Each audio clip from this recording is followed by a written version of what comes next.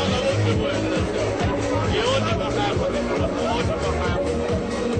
Я думаю, намного лучше это все будет. Сколько раз сюда ходил, было намного лучше, но на этот раз как-то не удалось.